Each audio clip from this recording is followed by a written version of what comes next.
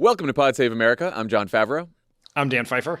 On today's show, Democrats worry about the debt ceiling deal Joe Biden might make with Kevin McCarthy, but the party gets good news in Tuesday's elections. Ron DeSantis will announce next week because he's tired of the Republican culture of losing. And the most definitive report on the 2022 midterms gives us clues about the 2024 electorate. Then Dan talks to Democratic messaging guru Anat Shenker-Osorio about smart economic messaging and how Democrats should be talking about the debt ceiling. And since Elijah Cohn is here with us in studio in Los Angeles, we're going to play a round of Take, Don't Tell Me. All right, let's get to the news. We are now 2 weeks away from the date our government thinks we won't have enough money to pay our bills, which would trigger an economic catastrophe, the likes of which we've never seen. Congress could avert this crisis by simply voting to raise the debt ceiling, like they did when Donald Trump was president. But Republicans now refuse to do so unless Joe Biden agrees to gut a bunch of programs people depend on. Staff for the president and Speaker McCarthy are now engaged in direct negotiations. They've kicked everyone else out of the room. And Biden spoke about their progress on Wednesday, right before he left for the G7 in Japan, a trip he'll now be cutting short to reach a final deal. To be clear, this negotiation is about the outlines of what the budget will look like, not about whether or not we're going to, in fact, pay our debts. The leaders have all agreed we will not default. Every leader has said that. All right, Dan, on a scale of 1 to buy gold, how are you feeling right now? 5.263. There was also another headline this morning that Kevin McCarthy is now optimistic that they may reach a deal next week. I didn't see that. Now I'm up to 9.25. You can always take what Kevin McCarthy says as certainty.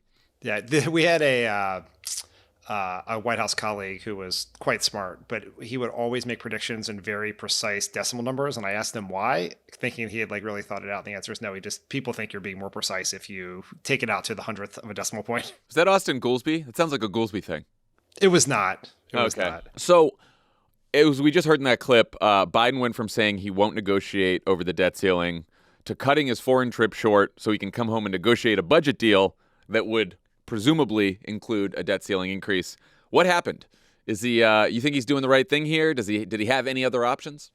I'm not sure he had other options, but let me sort of explain what's happening because I think it is quite confusing. And I would say the press coverage is not really explaining it great because it's largely just taking the talking points that Kevin McCarthy sends them and then putting it into third person and giving it a lead. Well, great. That's why we have Pod Save America here. That's why Career Committee exists, right? Yeah. So. Okay. Under all scenarios, if the debt ceiling was eliminated, if Biden printed $1 trillion coin, if there was a 14th Amendment, if Kevin McCarthy folded, under all scenarios, at some point, 2 or so months from now, the White House, Republicans in the House, and Democrats in the Senate would be involved in a negotiation around the budget for next year. That was going to happen no matter what.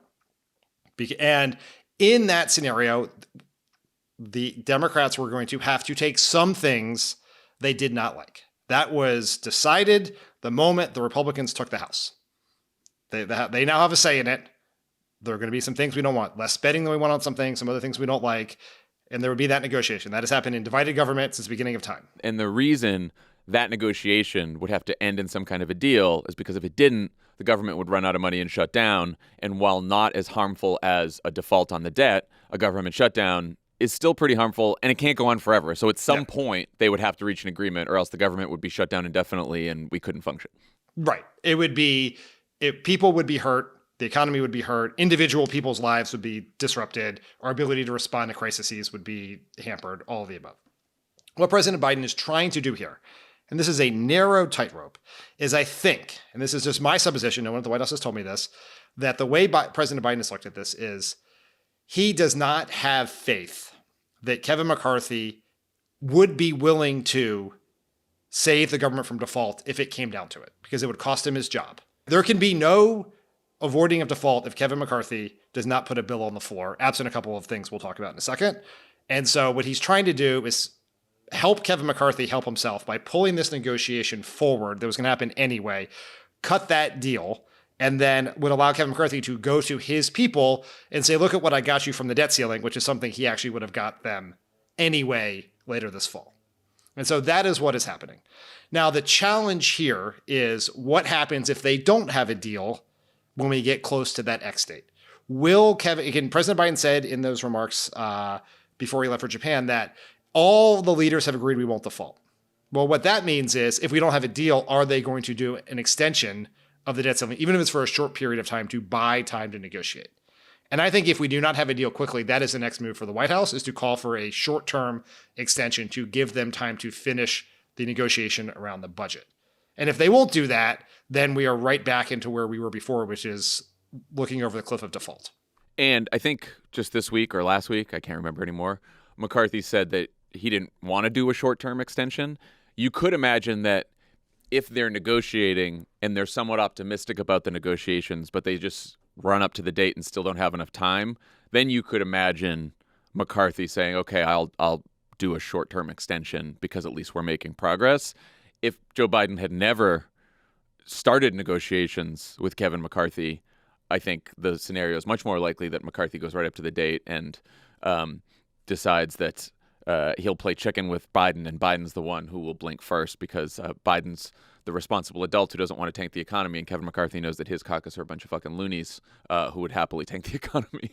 I mean, what complicates this sort of I'm negotiating over the budget but not the debt ceiling sort of distinction without difference, we're kind of dancing on the head of a pin here, is in a normal budget negotiation, Democrats would ask for one thing, Republicans going to ask for another, and we would sort of meet in the middle. The reason why President Obama originally and President Biden this time did not want to negotiate on the debt ceiling is it should not be a White House ask to not default on the debt that Congress rang up. Like, that should not be coming out of President Biden's ledger. And how you keep those things separate in this sort of negotiation is very challenging. We should wait to see what comes out of it before we render judgment on it. But that is what makes this hard. That should be just stipulated. We're just going to tuck that into whatever we agree with. And the White House is going to ask for more funding for healthcare or something else. Republicans are going to ask for less funding to help feed children or whatever is on brand for them. And then you meet somewhere in the middle. But if it counts as, we'll give you non-default if you or accept work requirements or something else, that's an unfair and bad negotiation. Then the White House is in a very, very difficult position. Yeah, this isn't a real negotiation because Republicans haven't offered any concessions whatsoever. Their concession is we won't destroy the global economy if you give us everything that we want. And we don't know what is happening. And so it could turn out this deal ends up quite bad. It could turn out there is no deal. But I think President Biden and his team have earned enough trust from us to see what they actually come up with. And then we can judge that because we don't know what's happening in the room. Are there things they're asking for? Are there things they're getting? Maybe, maybe not. But I think we should just see what happens. Well, let's talk about what the outlines of a possible deal might look like based on the reporting that we've seen this week. Republicans are demanding across-the-board spending cuts, clawing back unspent COVID funds, permitting reform, which would speed up both fossil fuel projects, but also clean energy projects, and is actually quite necessary for clean energy projects. And what's become the biggest sticking point, stricter work requirements for people on Medicaid, food assistance, and welfare. Democrats in Congress say this is a non-starter, but here's what Biden said on Wednesday and how Kevin McCarthy responded. I'm not going to accept any work requirements that's going to impact on medical health needs of people. I voted years ago for the work requirements that exist. But it's possible there could be a few others, but not anything of any consequence. And work requirements you accept not anything of any consequence. Loser. That was someone at Kevin McCarthy's press conference calling Joe Biden a loser for saying he didn't want to accept any work requirements of consequence. What do you make of Biden's position here? It sounds like he's not in quite the same place as congressional Democrats on work requirements, but he's basically taken Medicaid work requirements off the table, but seems like he maybe sort of might be open to modifying the current work requirements that already exist for both food assistance and welfare, which is known also as transition assistance for needy families, or TANF. Thank you for getting a TANF mentioned in this pod. Wrote a college thesis on TANF. So it's and if you subscribe to the Friends of the Pod program, you can read that paper. Anywho, okay. I think let's just stipulate there is no evidence that work requirements help people find work, and they generally make it harder for them to access benefits they need. You're going to hear an interview I did with Anat Shenker-Osorio a little later in this pod, where she explains that the way we should talk about work requirements is refer to it as benefit theft, because that's really what it is doing.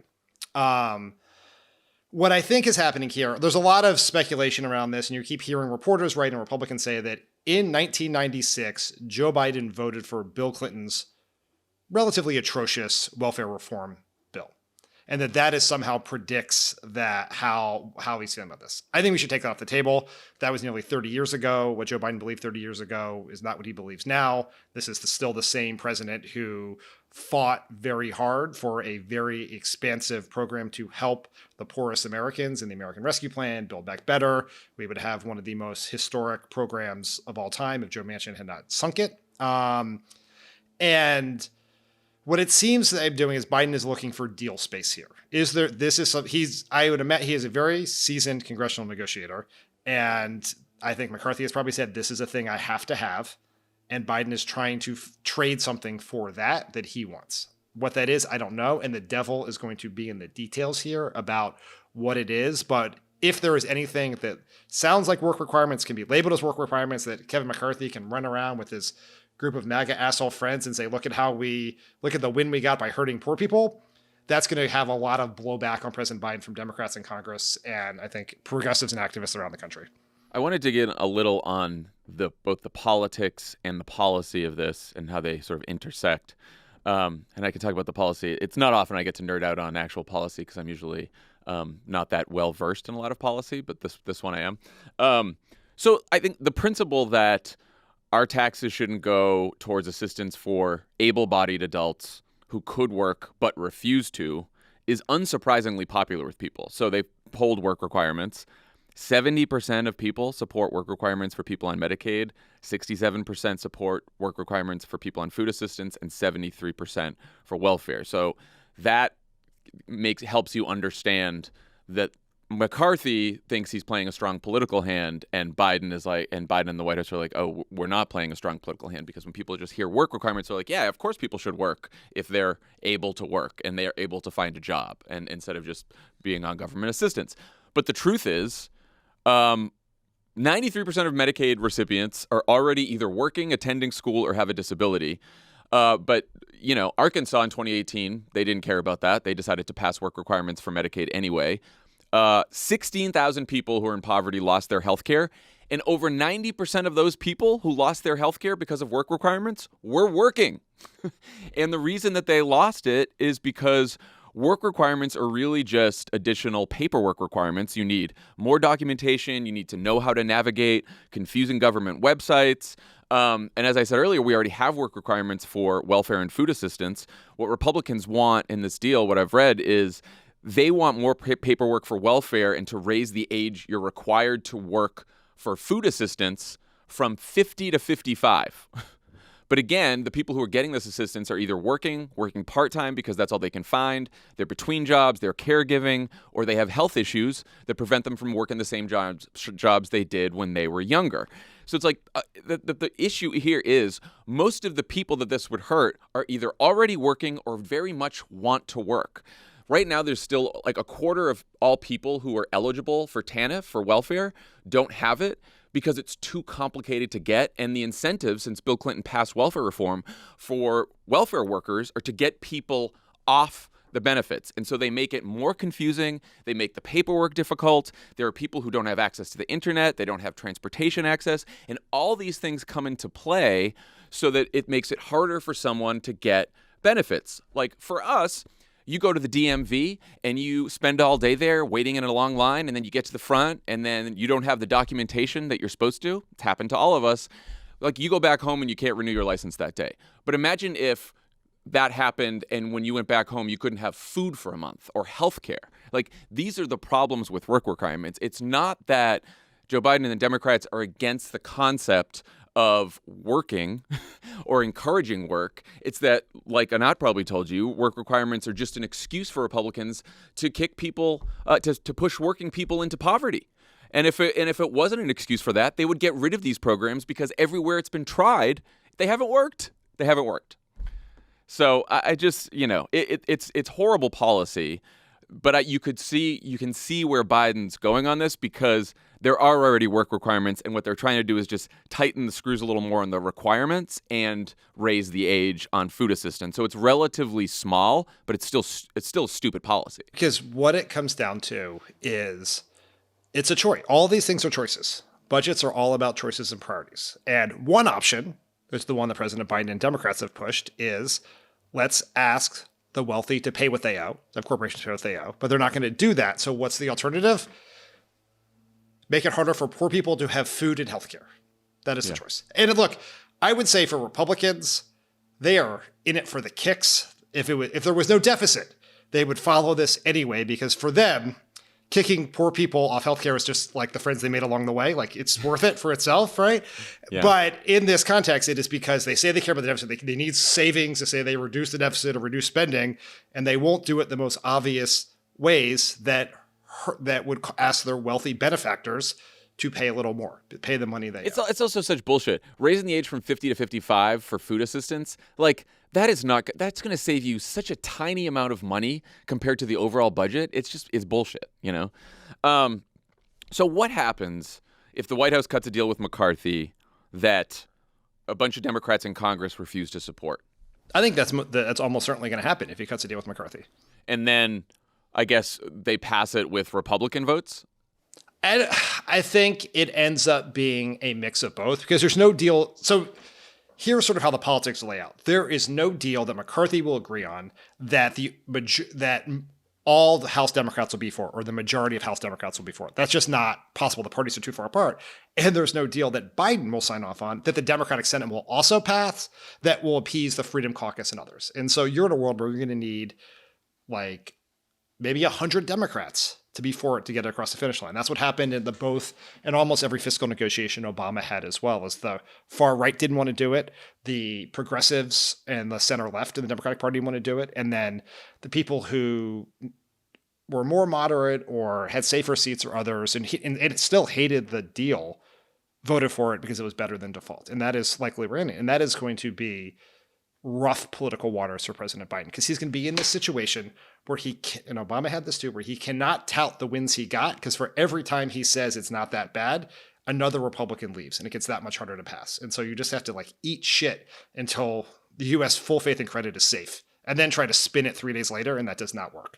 Well, so then the question goes to the Democrats who were against, Biden making concessions to McCarthy.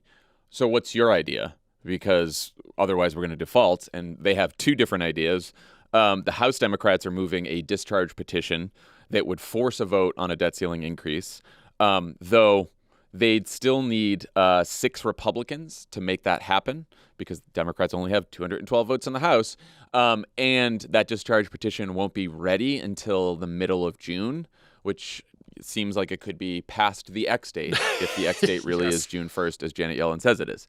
So that's discharge petition. And some Senate Democrats sent Biden a letter yesterday, Wednesday, urging him to declare the debt ceiling is unconstitutional under the 14th Amendment. Elizabeth Warren and some others, Angus King, who's not as progressive and independent from Maine, fiscal hawk, also said he thinks the debt ceiling is unconstitutional under the 14th Amendment. What are your thoughts on either of these plans working, and we've talked about them before, but working at this stage of the process? I think put aside the timing challenge on the discharge position. Let's just say we have enough money to get July 1st or June 27th or whatever.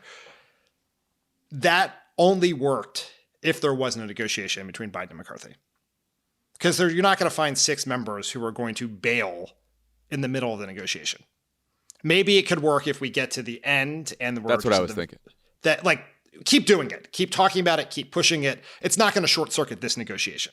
This negotiation either can produce a deal to avoid default, or it's not, and then we're going to be staring over the cliff. And this is one option on the table.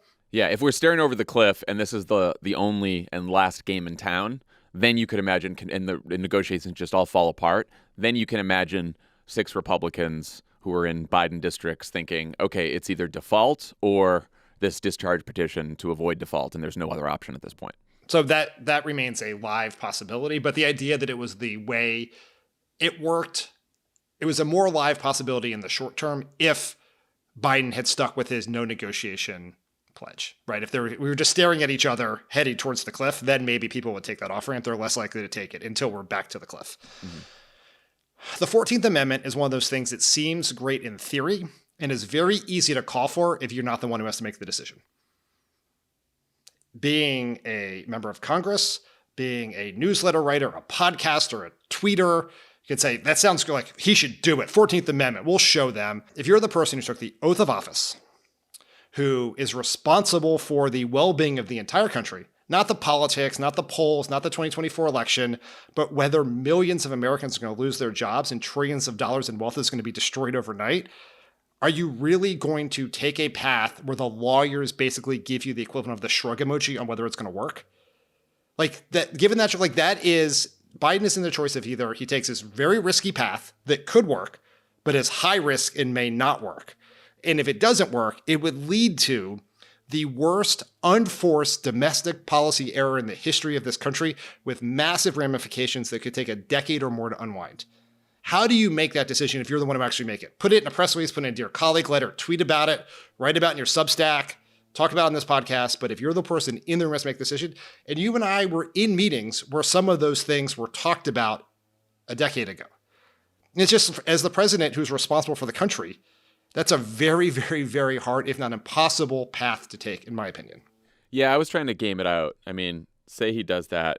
So best case scenario, it goes through the courts, it's upheld, everything's fine, avoided default, and destroyed the debt ceiling as a tool for hostage taking forever. Which would be amazing. That would be a great amazing. Outcome. Amazing outcome. Worst case, it goes to the Supreme Court, goes up to the Supreme Court, and the very right-wing, most extreme right-wing court ever says, no, fuck you, Joe Biden, and it's unconstitutional. And then the global economy plunges into crisis. Now, the question there is, do people blame the Supreme Court because the Supreme Court's the one that plunged the economy into crisis? And those are all the headlines? Or do people say that Biden shouldn't have taken it so far? And I don't know the answer to that, but it's still a risk for the Biden administration.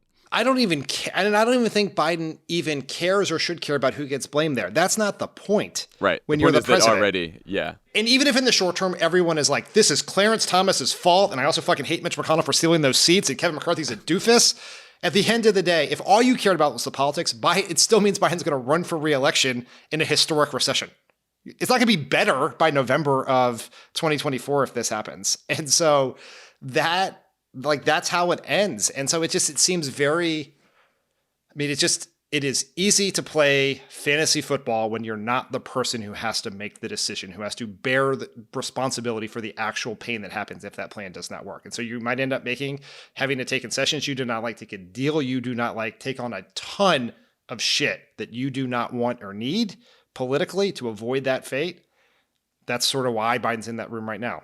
I will forever, unless someone explains it to me otherwise, wonder why they didn't try to test out the constitutionality of the debt ceiling before the X date, so then they knew either way. I mean, there is one case already where government employees are suing Janet Yellen for complying with the debt ceiling, arguing that a breach of the debt ceiling would force the president to pick and choose which congressionally authorized payments he would make, which is also unconstitutional, which they argue is unconstitutional. And so I just wonder, wish that case had gone through earlier, had been at the court earlier. But there's a lot of questions on who has standing to sue over the debt ceiling, because ignoring the debt ceiling doesn't actually injure anyone, which is why the debt ceiling is so fucking stupid. But it doesn't hurt anyone if you got rid of the debt ceiling, right? It's just a stupid fucking thing that Congress passed. So I wish that we had had some legal judgment on this before we hit the X date. That would have been nice. Well, look, if we want to allocate blame here, the blame falls squarely on the shoulders of two people. Joe Manchin and Kyrsten Sinema, because as we know, and I think Ron Klain may have told you in an interview you did with him, the White House wanted to, in the lame duck, push the debt ceiling out beyond this presidency so that we would not be in this situation. But you needed 50 Democrats to do that. We did not have 50 Democrats to do that because you're doing it with the previous Congress, not the current one, where we only had 50 votes. And so this is where we are. I think there's going to be a lot of Monday morning quarterbacking, a lot of second guessing, hindsight about how we got here, whenever it happens, whether we default or a deal. Some of it will be completely legitimate. Some of it will certainly not be. But we have to, this has to play itself out before we really know whether this was the right approach, the wrong approach, whatever it is. I just think some of the solutions are not as simple as they may seem from afar. All right, happier news. There were elections on Tuesday that led to some notable results in Florida, Pennsylvania, and Kentucky. In Florida, Democrat Donna Deegan won a huge upset in the Jacksonville mayor's race, beating the DeSantis-endorsed Daniel Davis in a city that's been trending Republican. Also, the largest city in Florida. Did you know that? I didn't know that. I thought Miami was a bigger city than Jacksonville. Jacksonville's a pretty big city. I'm kind of in a position now where if I say I knew that, I sound like an asshole. So sort of like, so no, I didn't know it either. Stupid me. Yes. In Pennsylvania, Democrats won a state legislative special election that prevented the House from flipping Republican. And in the Philadelphia mayor's race, Sherelle Parker won the Democratic primary, which means she will almost certainly become the city's first black woman to serve as mayor. And in Kentucky, Democratic Governor Andy Beshear will face Attorney General Daniel Cameron, endorsed by Donald Trump and Mitch McConnell, who beat former Trump official Kelly Craft, a candidate Ron DeSantis endorsed right before the polls closed, who went on to lose by 30 points. Cameron tweaked Tiny D during his victory speech. Let's listen. The Trump culture of winning is alive and well in Kentucky. This is, of course, mocking Ron DeSantis's we can't have a culture of losing oblique shot at Trump that he trotted out over the weekend. What on earth was DeSantis thinking, endorsing someone right before the polls closed who went on to lose by 30 points? I don't understand. This is truly one of the stupidest things I've ever seen anyone do. He should fire his team and then shoot himself directly into the sun for just rank political incompetence. So how did this happen, right? Here's the question. Because he obviously knew Kraft was going to lose. But why did he donate? Why did he endorse Kraft? When it made no difference, when voters wouldn't even know about it when they voted, which is a real statement on how little political influence he has relative to Trump in his own mind. Two reasons. One, Kelly and Joe Kraft is Kelly's husband, are billionaire coal barons. And Joe Kraft is a donor to DeSantis and likely a donor to a DeSantis super PAC when and if he runs. That's reason one.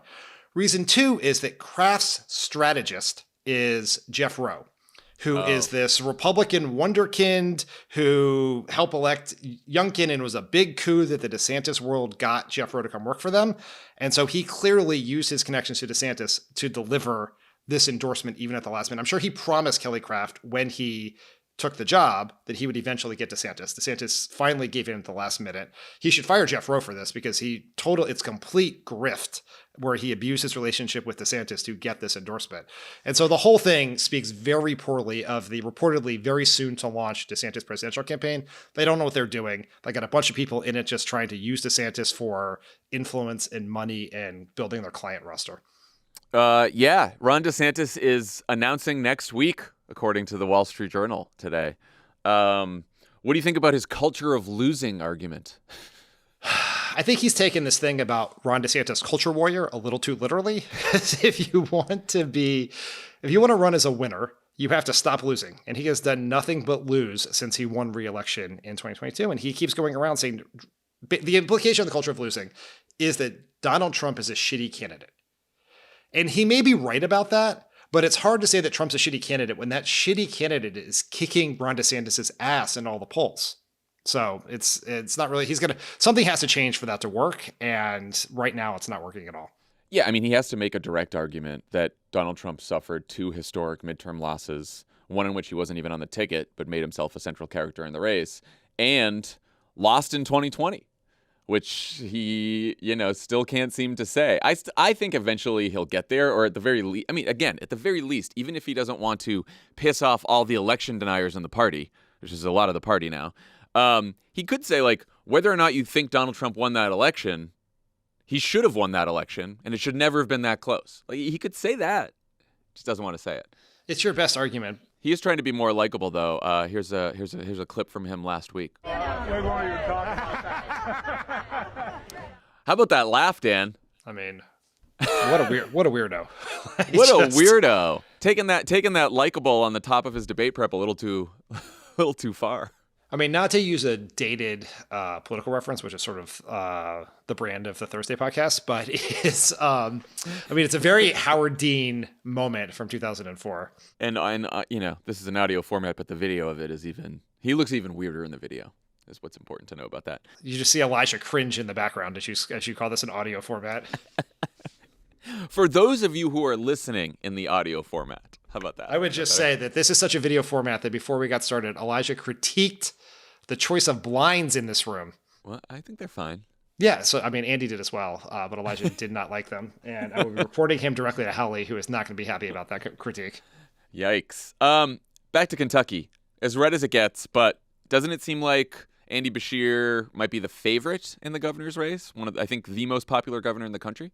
I think favorite's doing a lot of work there. I think he has a very, very real shot of getting reelected in what is likely to be a very, very close race in a very Republican state. And the fact that you can say that sentence speaks to his political brand and strength, because a Democrat should be getting crushed in an off year in a state that Trump won by 26 points. But he has done a great job as governor. He has remained quite popular in a very Republican state, but it's going to be a very tough race.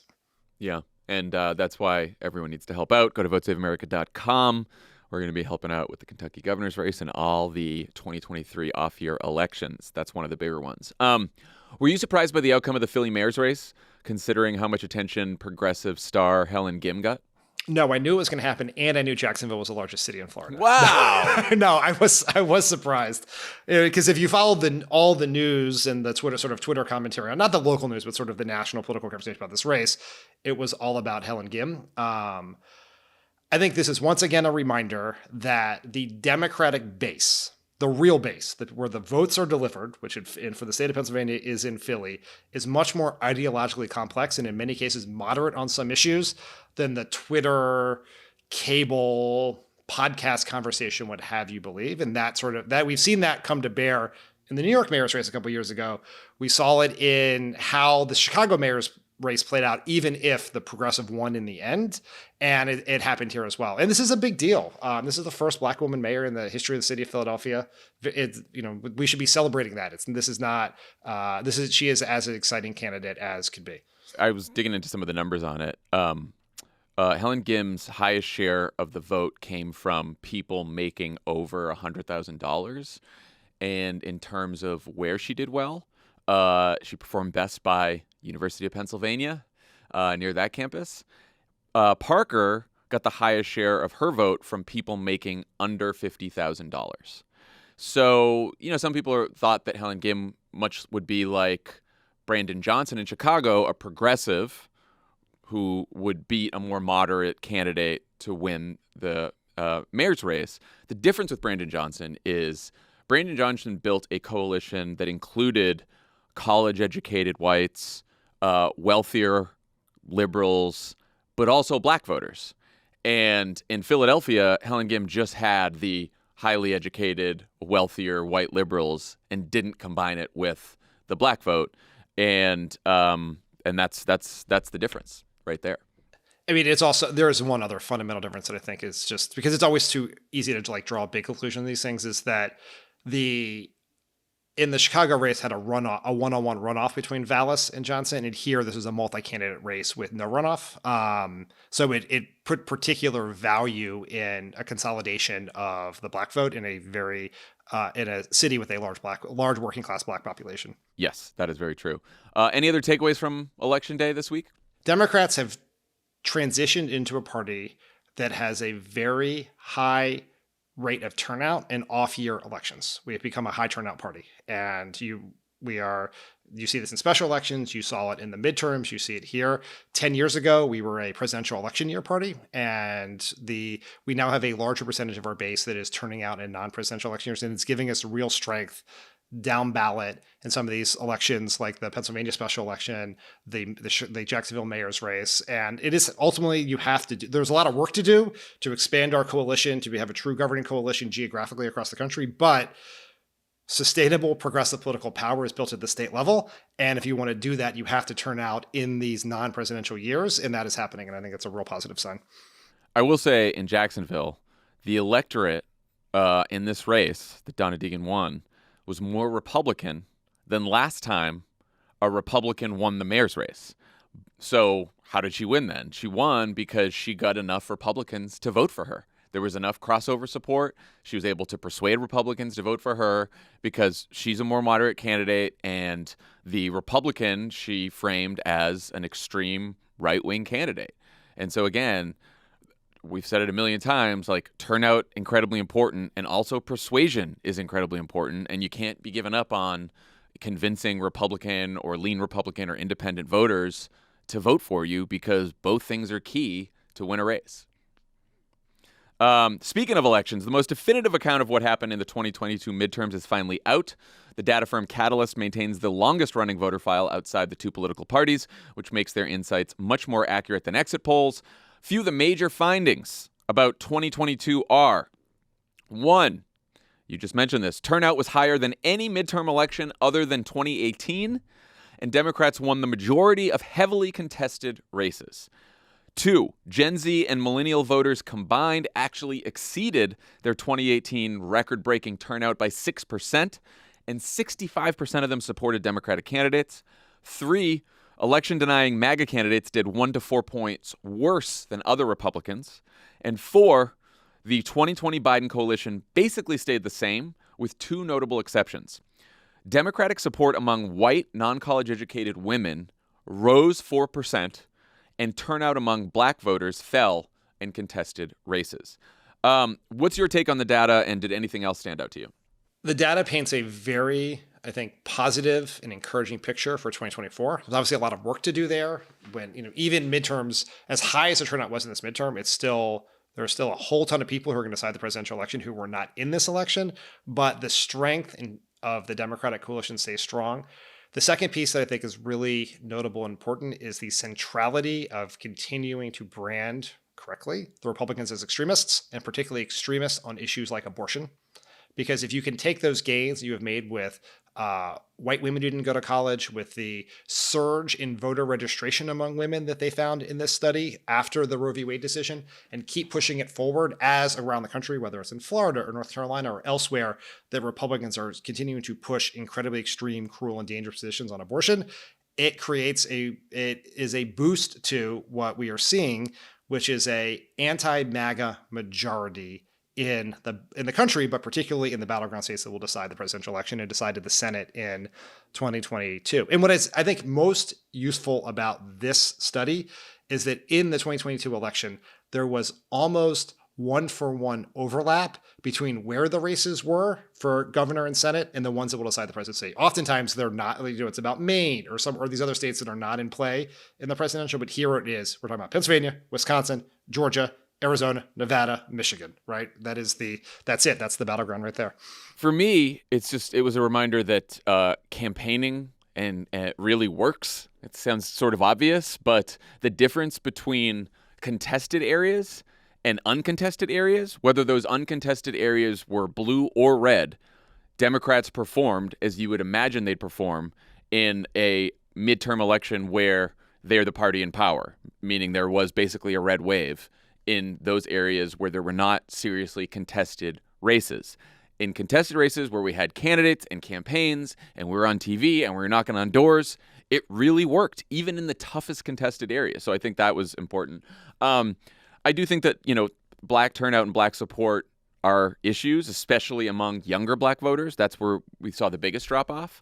Though, notably, it was less of an issue in the 2 races in Georgia, both the governor's race and the Senate race, and North Carolina, the Senate race where we lost, when black candidates were running at the top of the ticket. We didn't see as much drop-off or in both turnout and support in those races. So that's something for Democrats to certainly think about. And also, cannot give up on white, non-college educated voters. They made up a third of the Democrats' winning coalition in 2022. That's more than it was in 2020 when Biden won some voters back, white working-class voters back from when Hillary ran in 2016. And we saw in 2022, support for Democrats rose among non-college educated white women, which, Celinda Lake always tells us is like a key swing group. And there's plenty of reasons for that. I think abortion is a huge one. I also think sort of like economic reasons as well. But this idea that we should that these are all Trump voters and we should give up on them and stuff like it's just not. It hasn't borne out in all of the data we've seen in every election since 2016. It just hasn't borne out. So yeah, those were all my takes on this. How do you feel? How do you feel about what do you think that the 2022 results and the data from Catalyst can tell us anything about where the electorate's going to be heading into 2024? I would think of it less as telling us where the electorate's going to be than giving us a list of things we should work on in preparation for 2024. So, as you already mentioned, the decline of black voters in states other than North Carolina and Georgia. 2, the Latino vote stayed basically equivalent to where it was in 2020, but that is still a 9-point drop in support levels for Democrats from where it was in 2016. If we want to have any margin for error and put some other states like Texas in play, we have to start getting that number. Stopping it from falling is step 1. Getting it back up to where it was is step 2. And so that point 2. Point 3 is we won this election because of large turnout from Gen Z and millennials. And as you would point out, millennials are not that young anymore, but this is the core of the Democratic Party. We have to make sure we have that turnout going forward and thinking about how are we communicating with those people in a media environment where our traditional tools, other than very popular progressive podcasts, do not reach that group. How are we going to navigate that with an 80-year-old president? Like that cannot fall by the wayside and should be at top of mind. And as we know, it is top of mind of the Biden folks as they're thinking about it. But those would be the top 3 things on my punch list in thinking about how we replicate the 2022 success in 2024. Yeah, certainly some good news in the data, but plenty to keep us all up at night. When we come back, Dan will talk to Anat Shenker-Osorio about economic messaging and the debt ceiling. Today's presenting sponsor is Simply Safe Home Security. Did you know we're in the midst of the biggest moving season of the year? What's your worst moving story? Oh my God, all of them. Yeah, I don't think there's ever been a good moving story. When I moved to San Francisco, I got like the cheapest available. So I had movers who load my stuff up, but then they just, when they got to San Francisco, they just dumped a pallet of stuff on the ground in front of my apartment. That's rough. Yeah. If you're moving into a new home, we recommend protecting it with Simply Safe Home Security. Lovett has Simply Safe. He's had it for a while. Set it up himself. Works well. High-tech technology. Yeah. Keeps his whole household safe. Fast Protect technology for fast response enables monitoring agents to visually verify the threat is real and conveys eyewitness evidence to 911 dispatch for fast police or fire response. You'll be in control from anywhere, anytime. With the top-rated Simply Safe app, stay connected from anywhere, anytime. Arm or disarm your system remotely. Check your cameras to make sure everything's okay. Even unlock the front door to let a guest in. It's easy to set up or choose professional installation. Simply Safe ships to your door and is easy to set up yourself in about 30 minutes or have Simply Safe's certified technicians install it for you. There's no reason to wait. With financing through Affirm, secure your home today and pay overtime in installments that fit your budget. Customize the perfect system for your home in just a few minutes at simplysafe.com/crooked. Go today and claim a free indoor security camera plus 20% off your order with interactive monitoring. That's simplysafe.com/crooked. There's no safe like Simply Safe. This show is sponsored by BetterHelp. Tommy, how do you balance the time you spend on yourself with the time you spend on others each week? It's a challenge, John, as you know. Sometimes there's obligations you have to do, and then there's things you like to do, and those get on the back burner. Yeah, and the stuff you like to do, it just shrinks. Yeah, it goes down. That time for that goes away. It's so easy to get caught up in what everyone else needs from you and never take a moment to think about what you need from yourself.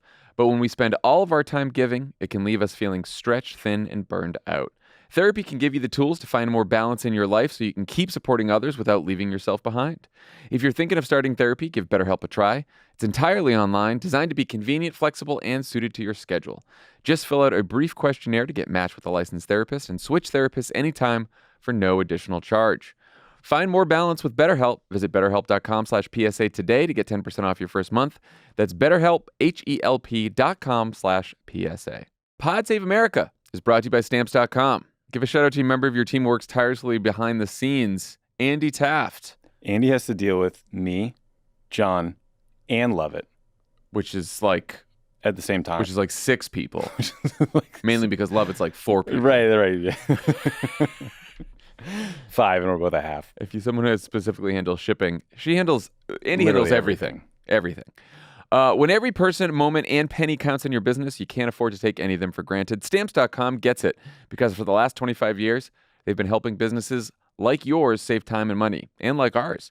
So you can focus on your business knowing Stamps.com has all your postage needs covered with premium discounts and great rates. That's why we've used Stamps.com since our early days here at Crooked Media. With Stamps.com, all you need is a computer and printer. They even send you a free scale so you'll have everything you need to get started. If you need a package pickup, you can easily schedule it through your Stamps.com dashboard. And if you sell products online, Stamps.com seamlessly connects with every major marketplace and shopping cart. Set your business up for success when you get started with Stamps.com today. Sign up with promo code CROOKED for a special offer that includes a 4-week trial, plus free postage and a free digital scale. No long-term commitments or contracts. Just go to Stamps.com, click the microphone at the top of the page, and enter code CROOKED. Joining us now is one of the Democratic Party's best minds on political messaging and an all-around friend of the pot, Anat Shenker-Osorio. Anat, it's great to have you back. Thank you so much. It's wonderful to be here. All right, we are talking here on a Thursday. We are like 2 or so weeks away from quote unquote X date when we could face our first ever default in U.S. history. You've done a lot of thinking about how Democrats should be talking about this battle over default. What's your advice? Well, first, I'm thrilled to hear you say the word default, because let me knock off a bunch of don'ts before we get to some do's.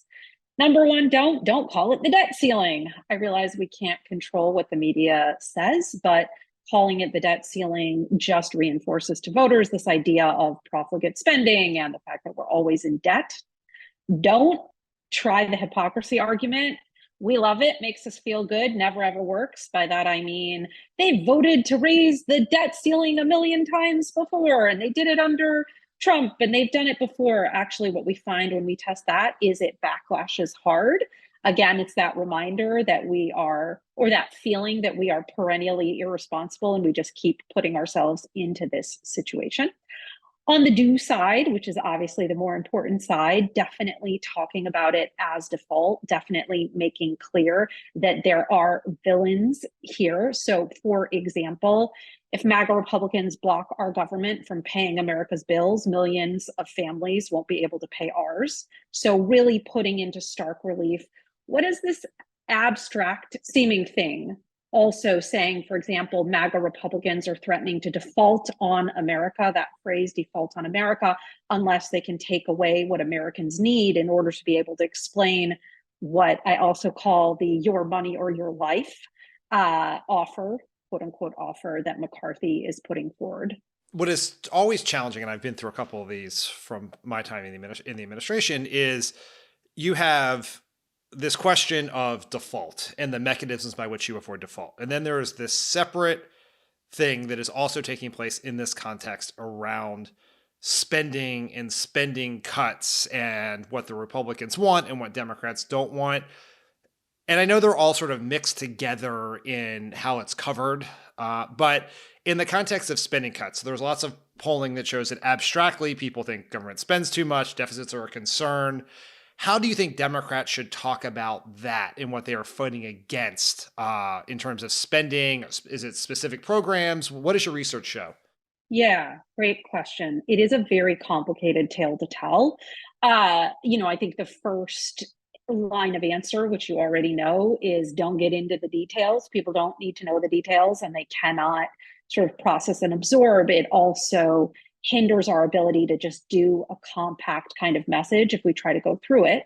But that said, to directly answer your question, the number one rule is we don't need to repeat what they say, right? So McCarthy, for example, introduces the notion of work requirements and how we need to have work requirements. And our instinctive response is to say, these work requirements are terrible. These work requirements are going to harm people. These work requirements, XYZ. And there I go repeating what? Work requirements, which is something that, broadly speaking, many, many Americans actually favor because they have been taught to worship at the altar of work will set you free. Where have I seen that phrase before? So instead, we can call them, for example, benefits theft. Basically, McCarthy wants to take away benefits, the care, public education, veterans services that Americans need and that we support, so that he can hand kickbacks, hand dollars to his donors. We always want to get in that piece of what I call ascribing motivation. So making it clear the why behind what they're doing, not just the what. You know, if a White House staffer or a member of Congress or someone's listening to this, they would say that's great. Like, I totally agree. In my tweet about this, I can write benefit theft or whatever else, but the press is just going to write work requirements. And that is the primary vehicle for which most voters are still getting, to the extent that they are following this, and polls show they're not following it that closely. That could change as we get closer to default. But if they're getting information about it, it is being framed in ways in which we have no control. Do you have thoughts on how to push that back or how to navigate the challenges of the media environment we're in? Yeah, I mean, this is the however many million, maybe $billion question, and probably, part of the ethos and the idea behind crooked media, if I can sort of blow sunshine at you. Always. The media is sort of both sidesing us off of a financial cliff and into complete economic shutdown, because they are more wedded to reporting on kind of process and horse race rather than actual stakes. Doesn't make any sense, but is what happens. So a couple of points of advice. Number one, we don't have control over what the opposition says. We don't have control over what the mainstream media says. The only thing we have control over is what we say. And so I would still reinforce and deliberately repeat, because repetition is important. And so I'm being repetitious in order to repeat that notion, that still we have to stick with our thing. And I think that the widespread usage of default and defaulting on America is already a sign that we can push back on the phrase that is sort of closest to top of mind, which is debt ceiling. And I'm not saying the media has changed, but that is a far more widespread thing. So how do we make the work requirements, for example, default, no longer be the default? So the media says to you as a member of Congress, or, as someone who is being quoted, hey, what do you think about these work requirements? My advice for what to say back is, I think most of us in America, and certainly my voters and my constituents that I talk to across my district, believe that most of us are just here because we want to care for our families and leave things off for generations to come. But today, McCarthy and his MAGA Republicans want to steal benefits from Americans who work day in and day out, whether that's caring for our kids or whether that's punching in and out at a 9-to-5. He wants to be able to hand kickbacks to his donors while he screws the rest of us. Basically, just coming back again to why he's doing this, rather than belaboring whether work requirements are good, work requirements are bad, they're obnoxious, they're not obnoxious, just not taking the bait. In your phraseology there, is the kickbacks to his donors, is that specifically in reference to tax cuts to the rich and corporations? Absolutely. Okay. So that is one way in which to do this. Is there's everyone wants to get our, you would know the right phrase, but once we have fallen and Biden has put himself in this position on the idea that we have to deal with deficits over time, it's a question of how, because the public does agree with that, even if they and they have always, and they just want to cut foreign aid and waste, fraud, and abuse and keep everything else, while also spending more money in the military, whatever the public wants.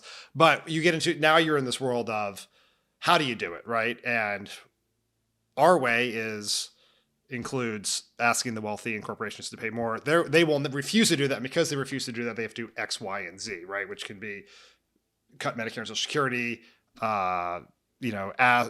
benefit theft, is in your phrase, or something like that. Like, that is sort of the, once we're in that world, is that the way to do it? About two different approaches. Yeah, you may argue with me, and it's a credible claim to make, that what I'm about to say is so fantastical, it leaves the realm of possibility. I personally feel very strongly that we shouldn't be worshiping at the altar of, we also want to tackle the deficit, we also want to deal with the debt, because first of all, if you believe in modern monetary theory, I think that that's pretty silly. And from a language perspective, not a policy perspective or econ perspective, if we tell the public that what we need you to focus on, what we need you to think about, what is most important here is who is going to deliver to you the greatest cuts to the deficit, then that is advantage team cut, cut, cut. And regardless of what is actually factually true and the way that we, yell and scream, because it is true that they're the ones that actually pile onto the deficit with their tax cuts and their various kinds of spending, the public perception is what the public perception is, as you have rightly laid out and know. So when we get into that trap of, we also want to cut the deficit, and these are the ways that we're going to cut the deficit, I just think we're handing them the advantage. And where we need to keep the discourse is, and I'm going to bring up a word that you and I are both very, very into, which is freedoms. We need to talk about how we need to make the freedom case in the economic realm. So this idea, as ever, that we value our freedoms, but a wealthy few have always tried calling the shots, rigging the rules to avoid paying what they owe. That, by the way, pay what they owe rather than ask them to contribute their fair share, much stronger language. Pay what they owe rightly implies that they've been skating by and skirting what is due, as opposed to now anew asking them to chip into the pot. So the idea with that the wealthy few have always tried calling the shots, and now MAGA Republicans want to default on America and push us into economic showdown unless we let them take away our healthcare, our school funding, jobs from families. That is where we need the argument to be, that basically this is same as it ever was, perennially MAGA Republicans jumping to do the bidding of billionaires and trying to put our families into peril, and making the call be protect our families from the MAGA default. Anat, one last question for you. The Republican primary is heating up. We're seeing sort of a race to the bottom between Trump and DeSantis and all these candidates to be the most outrageous, most MAGA extreme Republican possible. We have state legislators and other Republican politicians doing just absolutely unheard of offensive things on book bans and attack on trans kids and attack on women's freedom and all of the above. For Democrats trying to highlight Republican extremism, it is a target-rich opportunity. But what is your advice on how we do that without simply being in response mode? Is there a way that you would recommend to build a coherent narrative about who the Republicans are to fit all of these things into? Yeah, I'm so glad that you're asking. One of the things that we see over and over again, and it was really a hallmark of the Trump years, is that when we go after folks for the daily assault, and at 10 a.m. it's this, and at 10:20 it's that, and at 10:30 and so on and so forth, we actually lose the big picture. And what voters take away from that is, first of all, they can't remember what's going on. And second of all, it really feels to them like, oh, that's just politics as usual. That is where Team Blue says crappy things about Team Red and vice versa, and sort of the slings and arrows don't land. So what we have to do, and it's tough, is discipline ourselves to actually not talk about every single one of these things as a separate one-off. And can you believe they did this? And can you believe they said that? And can you believe, and can you believe, and can you believe? But rather, as you just articulated, come up with one overarching charge. And the ones that we are seeing still pop, because we are hot in the middle of this, especially in preparation for the slew of Supreme Court badness that is coming our way. We're just in the field looking at what is this overarching story. The ones are popping to the top, unsurprisingly, a continuation of what we saw work in 22, which is they want to take away your freedoms, from the freedom to love who you love, to read what you want to read, for your kids to learn the truth of our past, your freedom to decide whether and when to have kids, your freedom to be with your partner, your freedom to parent how you see fit and raise your kids according to your own values, which of course is a charge that they make against us. So again, that loss aversion, weaving in the economics, they want to take away your freedom to earn a good living. They want to take away your freedom to retire in dignity and so on. So it doesn't just apply on the social side. Another way of doing it, another kind of overarching storyline that's really popping, is this idea of control. So they want to control us. They want to decide our futures for us. They want to take us backward to a time where they call the shots and they can hand back whatever they want to their wealthy donors, while telling us who we can be, what we can do, where we can go, and what we can say. So taking away our freedoms, trying to control us and decide our futures for us. Those are two kind of ways to tell the full story and fit the particular for instances in it. Anat, thank you so much. Please tell our listeners where they can follow you and get more information on your messaging advice. Yeah, I appreciate it. So I tweet often good messaging, sometimes, as I like to say, tweet as I say, not as I do. Sometimes I'm just firing off because I'm pissed. At Anat Osorio, like the name of the dinosaur, since my last name is Osorio.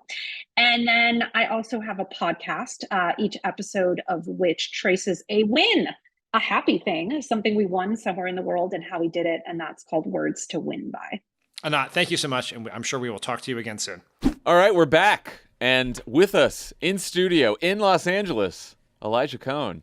He finally left his your little room in North Carolina where you spend all your time. Yeah, I'm in that room or a plane on my way out here. Those are the two places. We haven't played a take game in a while, so this is great. Yeah, I'd love to tell you why. I'd love to tell the audience why, if that's okay. Please do. I've been working on the subscription service. I've been working on Friends of the Pod. There you are. And I'm very biased, but I think it's great. I would encourage you to go join the Discord. I think it's the platonic ideal of social media, especially in Elon's Twitter. And I will just say, I spent some time in the Discord. Fantastic people. Great community. Yep. Everyone has... it's not just because they're like friends of the pod and have nice things to say. The criticisms are well-founded, well thought out. Frequent. Yeah, but like it's much different than Twitter. It's like night and day from the annoying people on Twitter.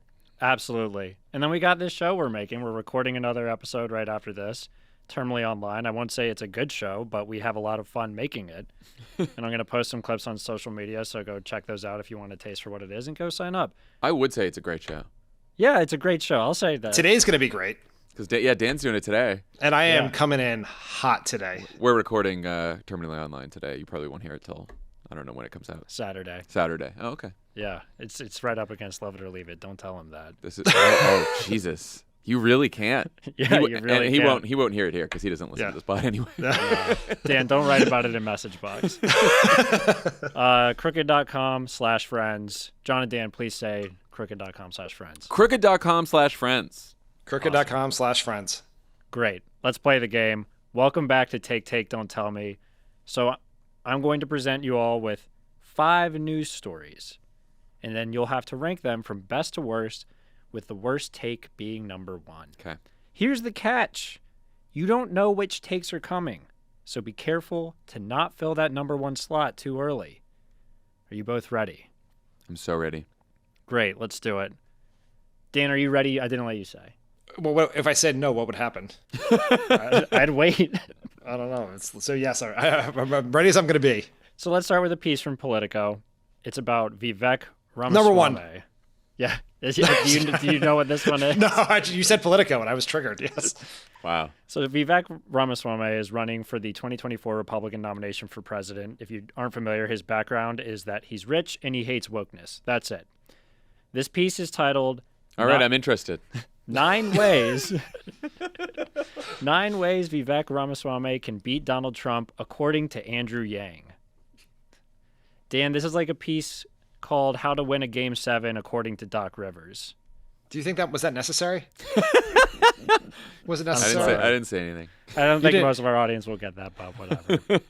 Well, I would at least, I will just at least, I will submit, I congratulate the Celtics fans for winning yet again. They will always be better than the Sixers. But just say that on Sunday I watched Game 7. I saw you tweeting. You seemed so upset. Yes. I just stay back. I watched the Sixers just absolutely shit the bed in the most epic way possible. And then later that day, I ripped my large toenail off by accident. Oh, ow! And I would say that the toenail was the second most painful thing that happened that day. You also don't realize how often your children step on your toes until you rip your toenail off. Oh my God! Okay. Anywho, get back to your show. Get back to your show with your unnecessary but fair dig on Doc Rivers and the Sixers. Sorry to kick you while you're down. So this piece from Andrew Yang is in listicle format. So there are some big picture pieces of advice followed by paragraphs. I'd like to, for the quote, just share you a couple of those big picture pieces of advice. Number 1, be prepared for the debates. Number 5, lean into memes. No. Yeah. Number 6, talk more about AI and UBI. Oh my God. And last, certainly not least, number 9, stay human. Okay. I mean, this is real. You've done a great job here. Politico, Vivek Ramaswamy, Andrew Yang, and the most banal fucking advice I've ever heard. It's going to be hard to keep this out of one. That's why I put it first. Do Jon and I have to agree? These take games are all sort of a mishmash in my mind, or do we each pick our own? Well, there's compromise. I mean, you can give Kevin McCarthy leaks that you feel good about the number 1 position, but no, the other side can leak other things. You don't want to put it at number 1, it sounds like. I feel like we should do it at number 2. I think we just got to give ourselves strategically, we got to give us some room. I was thinking the same thing. I feel like number 2 is safe. Or the safest option. Yes. Cool. So at number 2, we have Vivek can win, according to Andrew Yang, a loser. With all due respect. I could hear the respect. Yes. Next take is from the New York Times. It's from this week. Cancel your subscriptions. Sorry. It's titled "Legalizing Marijuana is a Big Mistake." This piece argues that, for context, it's from Ross Douthat. I never know. It's fun to know how to pronounce it. You don't have to know. Yeah. The piece argues that marijuana legislation or legalization is presenting challenges, and therefore we should make it illegal again. The framing of this piece, I think, is what's worth quoting. Here we go. There have been moral arguments about the excesses of the drug war and medical arguments about the potential benefits of pot, but the vibe of the whole debate has pitted the chill against the uptight, the cools against the squares, and the relaxed future against the principal skinners of the past. I mean, I think that's right. Yeah. He seems like all of those things on the other side of the debate. It's true. As do the people who don't want to legalize weed. Mm-hmm. So I don't know. I think I might put that in the 5. Yeah, I think that's probably right. I would say that Ross Douthat has a series of takes that put him in the Principal Skinner school of things, on a whole list of things. You can Google them if you would like. I'm not going to mention them on this podcast, but they're he had a horrifically bad one a couple weeks ago that I am struggling to remember. All I remember is a lot of people complaining about it, which tells you everything you need to know about Twitter.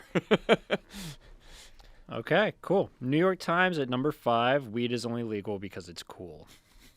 That's not really what he said. I'm going to frame it that way as for shorthand. Sure. Let's go to the Wall Street Journal. Here's a piece. I love this genre, titled, "If Biden Bows Out, How About Michelle Obama?" How about it? Here's a quote. According to a Zogby Analytics poll released last year, it found that if Mr. Biden were to bow out in 2024, the favorite to replace him is the only Democrat with broad national appeal, Michelle Obama. I should say this piece, I don't remember how you feel about all of these authors, but this piece is by Douglas Schoen and Andrew Stein. Oh, wow. Doug Schoen. Yeah. He's like a Mark Penn partner, or Yes. was at some point. I don't know if he still is. Former Clinton guy. Yeah. What do you think, Dan? So we have used slot 2 and slot 5. Is that where we are? Yeah. I think this is probably a 4. You're kind of mailing it in. Yeah. Doug Schoen every cycle writes a Wall Street Journal op-ed calling on someone new to run or someone to drop out. He and Mark Penn, I think together, or at least Doug Schoen was involved in an op-ed calling on Barack Obama to not run for re-election so Hillary Clinton could back around this time in 2011 or so. I think he did he called for someone else to drop out recently. Like this is his thing. He's kind of mailing it in. It's very possible he's using Chat GPT to do this. So I say 4. Yeah, I agree. I mean, the chances of Michelle Obama doing that are 0. If it was possible to be less than 0, I would go with less than 0. But if you looked at not just a Zogby Analytics poll, but every kind of poll, she is probably the most popular figure in the party, maybe even more so than her husband. So, yeah, So no chance she's running. They said in the piece like she's not interested in running at all. No, which I because thought was she funny. sort of despises politics. Yeah. that's a big problem with her getting in the race. Probably a source of her popularity. Yeah, exactly. Cool. Well, we have at number 2, Politico, Vivek can win, according to Andrew Yang. At 4, Wall Street Journal, what about Michelle Obama? And at 5, New York Times, weed is only legal because it's cool. This is one from the Washington Post, the next one. It's a piece titled "The Durham Report is a Damning Indictment of the FBI and the Media." Now, I have an explanation here, but does one of you guys want to explain what the Durham Report is? Go ahead, John. I was going to make a Duke basketball joke, but it's not even. I'm tapped out on basketball content for this pod. I have decided not to dig into the latest round of stories about the Durham Report. All I will say, and all I know, is that Durham, special counsel appointed by Donald Trump to dig into the supposedly unfair investigations into Donald Trump, found after many years and a lot of, investigation, no crimes, or brought 3 indictments. 2 were found not guilty, and 1 pled guilty immediately, so they didn't go, and they were all for like minor things. And basically, the conclusion was, the FBI seemed to rush into this investigation, and there was a few things that they did wrong, but it didn't knock down the basis for the investigation in any real way. So it's bullshit, and somehow Republicans are still holding it up as like proof that Donald Trump was unfairly, investigated. It just seems like fucking crazy. Yeah, I had written here in my own words, it's a partisan hack job commissioned to counter the Mueller report. Was my That seems about fair. Good. Cool. Well, here's a wild, wild quote from the piece, which is from Take favorite Mark Thiessen. The report shows that people have lost trust in the media, rightfully so. Why did Trump supporters storm the Capitol? Because they believed Trump's false claims that the election was being stolen. And why did they believe him? If the media lied to them about Trump's collusion with Russia, why should they trust the reports that Trump's election claims were false? Oh my God, Mark Thiessen. What do you think, Dan? It feels like it's a number 3, but I'm worried about what the last one's going to be. Yeah, and if it can beat the Andrew Yang thing. I think we took a bet. We took a gamble that there would be one better than this. This is not better than the Andrew Yang boring advice column. And if it's not, maybe we should just go with what we truly believe, which is if it's not better, it should be 3.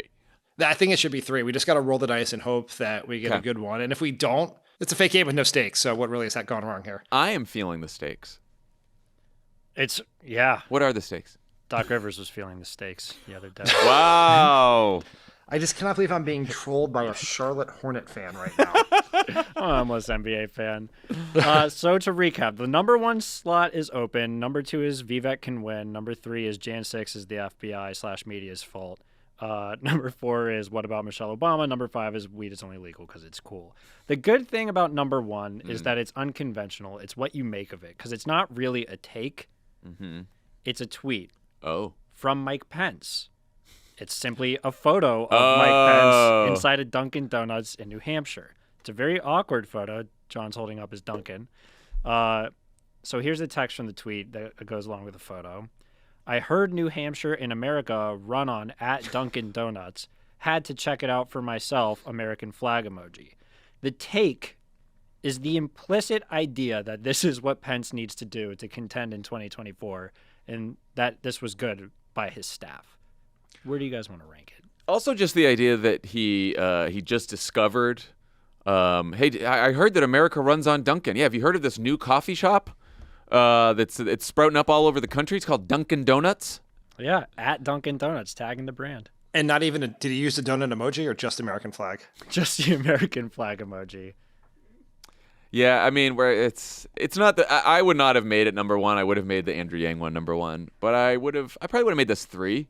This could be 2. I think this could be 2. It could be 2. It's pretty ridiculous. When you really dig into this weird human being thing that is Mike Pence with no personality and no connection to culture or anything, thinking he has discovered a secret local New Hampshire donut place.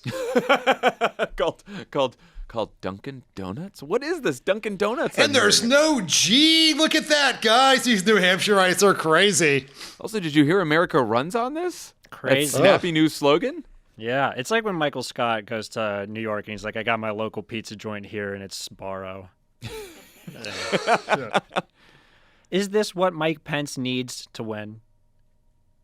No, Mike Pence needs his voters not to want to hang him. And I don't think that this is moving them in that direction.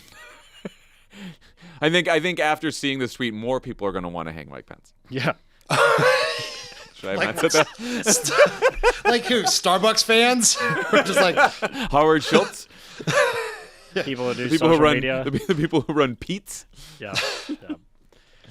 Cool. Well, the final rankings are Mike Pence saying Mike Pence runs on Duncan. Politico, Vivek can win according to Andrew Yang. Washington Post, January 6th is the media's fault. Wall Street Journal, what about Michelle Obama? And New York Times, weed is only legal because it's cool. How do we feel overall about these rankings? I feel like you did a great job giving us Andrew Yang early because it threw us off our game. And that is one of the... And I got to go back now and read the whole piece just to get mad because that's fun to get mad. I could have read all 9. I was going to say, but just the ones you chose are some of the worst takes we've ever heard on this program. Lean into memes. I think John, we like teams like Philadelphia 76ers who lose big games, like we just lost a big game. It's important to go back and reevaluate what went wrong, and we should go with our gut. Yeah. Our gut was that was one, and we overthought it. Yeah. And we should have known that the CTO over here would have put the first number one take first to fuck with our heads, and we just didn't do it. So We didn't do it. So that's on us. That's on us. We'll get him next year. God, I owned you guys. That was intentional, too. I know. I know it was. We should have known. You figured it out. You figured it out. Elijah, thank you for letting us lose at Take, Don't Tell Me. Thank you also to Anat Shenker-Osorio for joining us. Everyone have a great weekend, and we'll talk to you next week. Bye, everyone. Crooked.com/friends. Crooked.com/friends.